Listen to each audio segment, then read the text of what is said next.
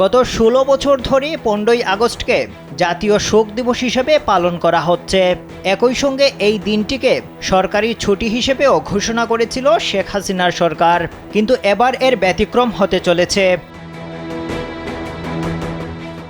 প্রশ্ন হলো, ১৫ই আগস্ট শোক দিবস ও সরকারি ছুটি কিভাবে চালু হয়েছিল?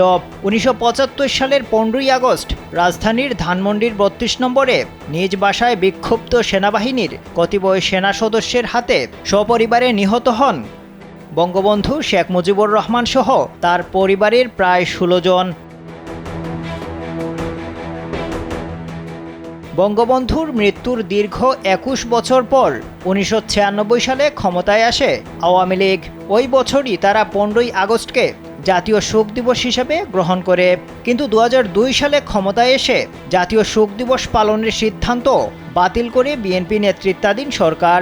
এর ৬ বছর পর ২০০৮ সালে তৎকালীন তত্ত্বাবধায়ক সরকারের সময় হাইকোর্টের আদেশের পরিপ্রেক্ষিতে ১৫ই আগস্টকে জাতীয় শোক দিবস হিসেবে পুনর্বহাল করা হয়। এরপর টানা ১৬ বছর ১৫ই আগস্ট জাতীয় শোক দিবস হিসেবে পালিত হয়।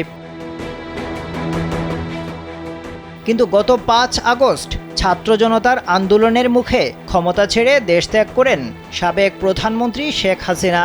এরপরই প্রশ্ন দেখা দেয়, ১৫ই আগস্ট জাতীয় শোক দিবস ও সরকারি ছুটি বহাল থাকবে কিনা।